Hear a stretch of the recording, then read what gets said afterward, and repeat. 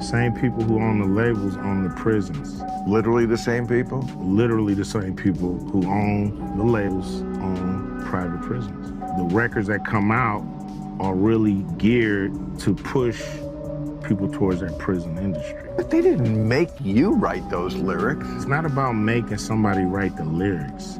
It's about being there as guardrails to make sure certain songs make it through and certain songs don't. Some records are made by committee, meaning record company guys sit around and tell the artists, this is hot, say that, do this. We're gonna have this guy write the lyrics. We're gonna have that. You have, the record company pushing the narrative.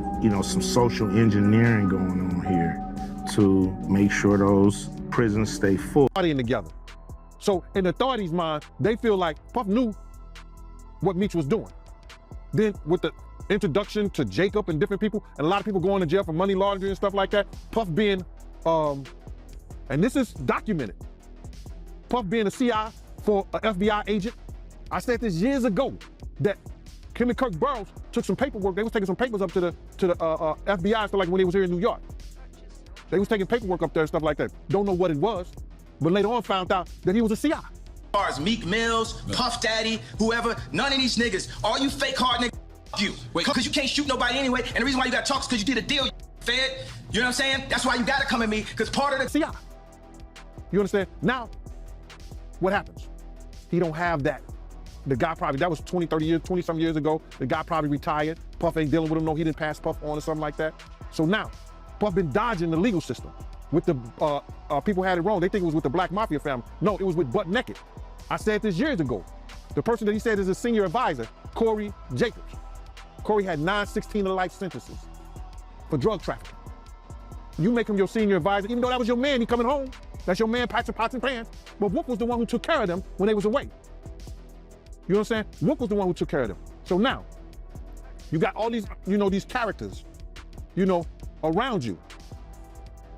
What they gonna think when they come to your house? The allegations surrounding Diddy are complex, involving connections to authoritative bodies and controversial activities. Initially, Diddy was seen partying with influential figures like Meech, which led authorities to suspect his awareness of illegal activities.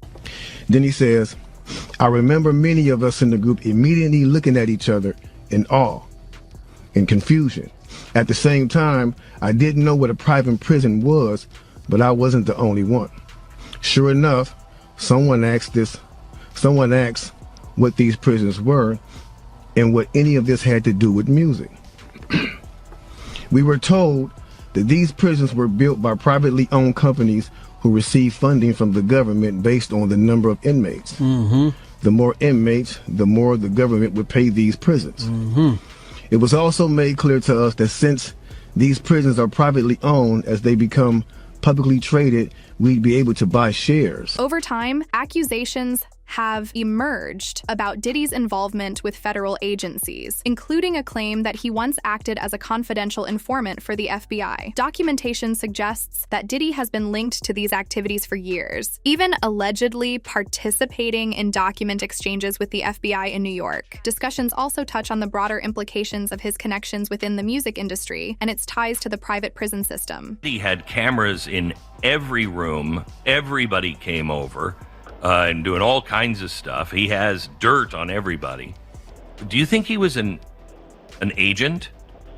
Yes, I think a CIA agent would be my guess, and I think that a lot of the people in the rap music industry are. And I'll say this as someone. Wait. Yeah. You think a lot are? Yes, because Glenn. Look at, again, there's no reason for you to know all these details. Rap probably hasn't been your thing, but it has been mine ever since I was a kid. Huh. And so I've followed the rap music industry. Right now, there's so little talent, actual talent, that in rap music. And so it doesn't require some level of skill. And so these people are clearly selected. A Sexy Red or Cardi B or a bunch of these very popular rappers now, they have no talent. So how do they get picked? How does everybody fit the profile of someone who, if they weren't a rapper, there's nothing else on the planet that they're capable of really doing other than being a rap music celebrity. And so, yeah, I think all of these people are picked, they're groomed, and then they're giving talk. The music industry gives them rapping points or talking points or things they have to support and believe in what the music has to be. I think, again, the people that want to bring down America and the freedoms that we have taken for granted here in America, they're using this particular art form or music form to help accomplish those goals. And that's why, I mean, it's run by a very, very criminal element, not just the artists, but the people in charge of the record labels. It's a band of criminals, and I think the government has dirt on all of them. Kanye West has said in an interview, hey, look, they can't pressure me the way they pressure some of these other artists because I've never committed murder. He said that, and he said it as a way of saying they have dirt on these other artists so they can control them.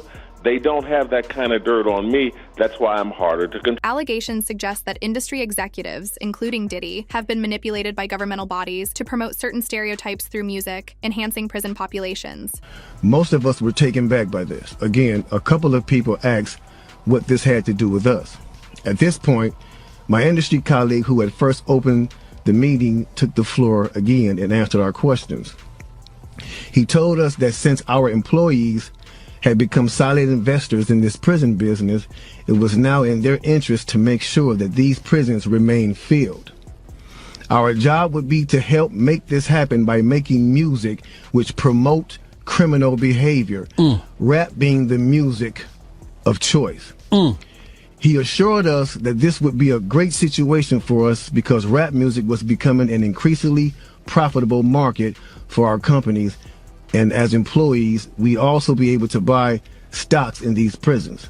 This strategy allegedly involves glamorizing criminal behavior in rap music to maintain high incarceration rates. Furthermore, the narrative extends to claims that the CIA played a role in shaping the gangsta rap culture of the 1980s to achieve similar goals, with insiders like Diddy purportedly cooperating under pressure from blackmail and other strong-arm tactics. These maneuvers were part of a broader covert operation designed to influence American youth and cultural dynamics detrimentally. Retired CIA agent John Homeston admitted this week that the CIA was behind the creation of gangster rap in the 80s in order to glamorize criminal behavior and fill private prisons. The US government spent vast sums of money on this covert operation, which was designed to create division and corrupt the American youth to nihilist and anti-American ideologies. According to the former agent, famous hip-hop lyrics of the legendary hip-hop outfit NWA were scripted by a team of psychologists and war propagandists inside the CIA. Fuck the police and other anti-establishment lyrics were intended to unleash a wave of cynicism towards authorities, promote the use of narcotics, and glamorize the gangster life in the minds of impressionable young people. The CIA worked in tandem with the music industry elites to create a funnel in which young people would be indoctrinated with brainwashing gangster rap music, introduced to a life of crime, and then delivered to the highly profitable private prison system. In order to create this funnel, the CIA introduced music industry owners to the private prison industry. Once the funnel was in place, the system was a lock. Kanye West and other notable figures have publicly discussed Diddy's potential role as a federal asset, suggesting his ability to evade legal consequences might be due to these ties. Puff Daddy, whoever, none of these niggas, all you fake hard niggas, you. Hold on. Okay. All you fake hard niggas, you. You know what I'm saying? Because you can't shoot nobody anyway, and the reason why you got to talk is because you did a deal, you fed. You know what I'm saying? That's why you gotta come at me, because part of the deal for you to be a do all that and get out of jail is that you promise that you're gonna go pull my coat car. So y'all niggas shut the up about me. It was well known that Jeffrey Epstein had at least casual links to the Mossad, which is the Israeli Secret Service. And of course, what he was doing, just like Roy Cohn back in the day, was filming his cohorts doing illegal and immoral things and using them as blackmail, probably funneling them to the Mossad or the CIA or whichever intelligence services he was working for. Now, was Diddy being used in a similar fashion as an agent or a shill of an intelligence service? I don't know. I kind of doubt it. But as we're all starting to find out, in this brave new world, anything is possible. What is almost certain, though, is that Diddy is a predator and a thug. Is Diddy the new Epstein? Let's look at some of these tweets here today. The feds are going to cover up everything with P. Diddy to protect the elite. Was Diddy the new Epstein? Is that why when they raided his homes, they did it knowing that he wasn't in any of them? So people online are connecting dots here with the same thing that Diddy did and Epstein. And legal experts are saying that Sean Diddy Combs could end up staying in prison forever, but there's so many people speculating that there are fake Diddys out there, or people that they're going to take and it's not really him. So let's talk about the similarities of what they did. Someone said, I wouldn't be surprised if this is another Epstein or R. Kelly tape type of case.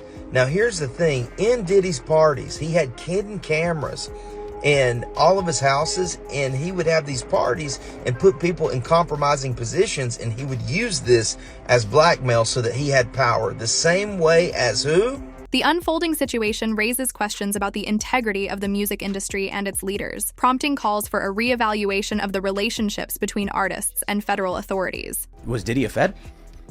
I mean, it's a good question, right? Like, I think the main question is, what do you define as a Fed? I think a lot of people think of feds and CIA agents as like, I have an ID card and like I did a job application and I am their employee, but that's not how like intelligence agencies work, right? Like intelligence agencies cultivate relationships. Like the whole point of covert operations is plausible deniability. I think to answer this question, we're gonna have to go back in time to the 90s when crack was everywhere. Wasn't the CIA doing that? Is that what it was? That's the rumor. I don't think that there's been I don't know what has that been actually confirmed or what is official. But the story pretty close to confirmed. Yeah, the story is that the CIA was selling drugs in the United States, so that in order to fund arms purchases for, I think it was Nicaragua. Yeah, Nicaragua. This growing scrutiny of Diddy's actions and his potential involvement with the government paints a troubling picture of manipulation and control within the entertainment industry, linking harmful stereotypes and legal entanglements of artists to a larger agenda. As the discussion continues, it underscores the need for a critical examination of these explosive allegations and the broader implications for cultural influence and societal norms. Diddy's ex Cassie has been in touch with the authorities in the federal investigation, and this has got Jay-Z very worried. Sources with direct knowledge say Cassie is among the witnesses the feds have been in contact with in connection with the Diddy investigation. They're told she's been working with investigators for several weeks, even before Diddy's homes were raided. So given the timing, it seems Cassie may have helped the feds establish probable cause to get a judge to sign off on the search warrants. Other women have also been in contact with federal investigators, but we don't know which ones. We also don't know what Cassie has told the feds, but it probably mirrors the lawsuit she filed against Diddy.